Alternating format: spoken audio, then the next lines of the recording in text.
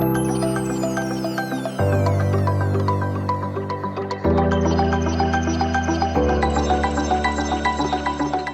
my name is Manuel Rosa. I'm a former reporter for Channel 5 News and a former resident of Laguna Vista. I've lived here in the past for about close to 8 years, and I'm coming here to talk to the mayor about the upcoming election here in Laguna Vista. So thank you for sitting down to talk to me, Mr. Mayor. Appreciate that. First and foremost, just wanted to get to know you a little bit better, and just tell me a little bit about why you decided to run for office here, and how you got into town politics here in Laguna Vista. Well, my wife's family has been in public service for many, many years, and we've been married for 29 years as of now, and so I wanted to get back to my community to begin with. Back in 2011, we were coaching a baseball team that we created here in Laguna Vista. It was a traveling team called Laguna Vista Longhorns. And the park at the time was pretty run down, and there was 2 baseball fields. So we went to the city council, we asked them if they could help improve the park a little bit just so the kids would be safe. Because most of the kids that were playing with us were all from Laguna Vista. We kept asking and kept asking. They did help a little bit, but at the end of the day, it was not nearly enough to be able to make it safe and great for our community. So I decided to run because I thought there was so much more to give back to my community than what was happening at the time. Great, great. Yes, like I said, that park is very beautiful. I'm glad to see that you've been able to do something for it, because like I said, even my kids had the same issues, and I'm glad to see that you got involved with that. Thanks. Talk to me a little bit more about, now that you became mayor, tell me how you became mayor, and then what you've accomplished during your term so far. Well, in 2022, our current mayor resigned, and the council at the time appointed me to become mayor. In 2023, there was an election. I ran unopposed, and so I was elected as mayor at that point. I've been very focused on getting grants to make sure that our city is funded by not affecting taxpayers. So we've been able to get a $300,000 grant for the parks, which is going to help improve Roloff Park even more than what we initially did. We've gotten a $980,000 grant for drainage projects. As you know, we had a big rains this last year. Even though the town does very well in rains, it still needs more improvement. So we're going to focus on grants, but drainage, parks, and street improvements. And also the EMS. I created the EMS program in 2023. It is a 24-hour service, 7 days a week, 365 days a year, that now you can be rest assured that a trained professional will come to your house when you're in a time of need. We also have an ambulance service now for 40 hours a week during the most heaviest times. Great. Those are very important things, especially for the folks that live here, because that was always an issue in the past. I remember people having issues getting medical attention, so that's good to hear. Now, I know there's been some talk about on social media about taxes being raised. Tell me a little bit more about that, and what has happened in terms of taxes here during your term? We've raised taxes only once since 2017, and we actually raised it 0.05 cents per 100 taxable value of your home. And that was to fund the EMS program. Besides that, we've kept taxes very low. We have one of the lowest tax rates in the area for cities that are similar to ours. Great. Talk to me a little bit about the infrastructure in the town. There's some projects that are ongoing.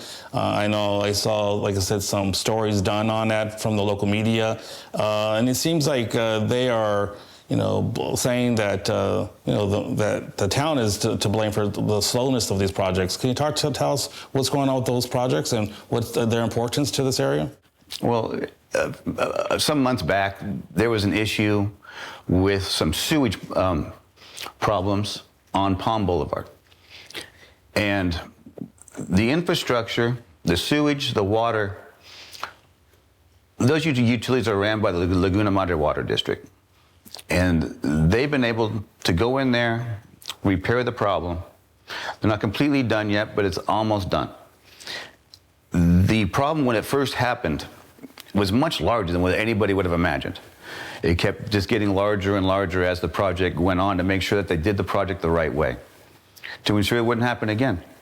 So with cooperation with Laguna Madre Water District and us, we've gotten the problem pretty much done in the best time manner that was possibly could be.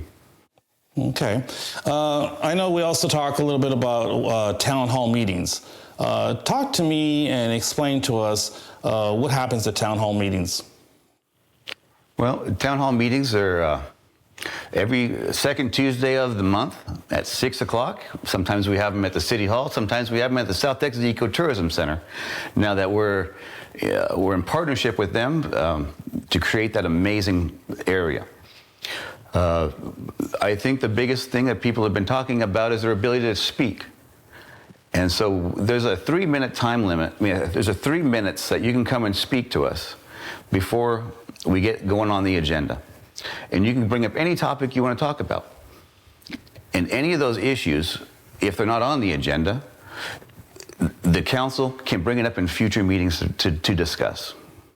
Okay, well, that's good to know, because I mean, that's how you guys decide what you're going to talk about in the future, getting the feedback of the community. Yes, I want to make sure that I want to invite everybody to come to meetings and use their 3 minutes to tell us what's important to them. Good to know. Now, I lived in Laguna Vista twice in 2 different areas. So I lived in the neighborhood, and I also lived in the condos. We always know about the golf course. It's beautiful. And like I said, tell us, are residents being treated differently from the town area or from the neighborhood area, the condo area, versus what's going on here in this area? Well, I just want everyone to know that I'm the mayor of Laguna Vista. I'm not the mayor of the golf course. And I treat everyone equally. I've lived in both the original town site, and I've also lived here in the golf course. And it's very important for people to know that there's no difference. Everyone's treated equally. The biggest difference, which I don't think a lot of people understand, is at the golf course, the streets, the drainage, the infrastructure is private, and it's not funded by tax dollars at all. But the people on the golf course pay the same tax rate as everybody else in town. There's no parks that are taken care of in the golf course. All of it is taken care of. All the streets, drainage is in the original town site. Okay. Thank you for that clarification. Now, some critics have been talking also about your involvement in your job over at the golf course. Is there a conflict of interest with that and you being mayor here in Laguna Vista? There is absolutely no conflict at all. I serve as the vice president of the business that manages the golf course and the 5 HOAs. I am the mayor for all of Laguna Vista. As the business and being in the public figure are 2 completely separate issues. In my professional career, I work for boards, and they make policy, and I implement their policy. When I'm the mayor, I create the policy for everybody in Laguna Vista.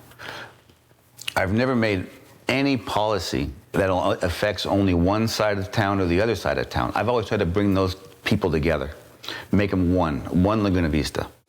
Now, I remember living in this community, and like I said, everybody knows everybody. We're all one big family. And like I said, I know we come and rally together and do things together, whether it be at the park or whether, whatever's happening in this community. And it's really sad to see some of the personal attacks that are ongoing. It's unfortunate. Tell me, what do you think about the attacks against you and your family? It saddens me that somebody would attack me, my wife, my kids, and especially my granddaughter. Today, they're attacking me. Tomorrow, it could be attacking you if you allow this in our community. I'm the elected official. They are not. By attacking my family, you've crossed a line. The only way my opponent thinks that she can win now is for months they've been going after me and my family, smearing us. I don't appreciate it, and I'm not going to go low like they've gone. I'm going to take the high road like I've done for the last 15 years. I'm going to be positive because I believe being positive with our town is the best way to go, because we live in the best town in the United States, the safest town in the United States, where our kids can run around free, raise your family, and be safe. I would agree with you on that. Like I said, I always tell people that this is a town I want to come back and live in. Okay, I loved it here. I lived in a lot of different cities, and by far this was the best area I lived in as for my family and just the community in general. So that being said, how do you think this is impacting like economic development and people who are considering moving here, businesses that are moving here? How does this affect your job as mayor to try to build the economics here in this town?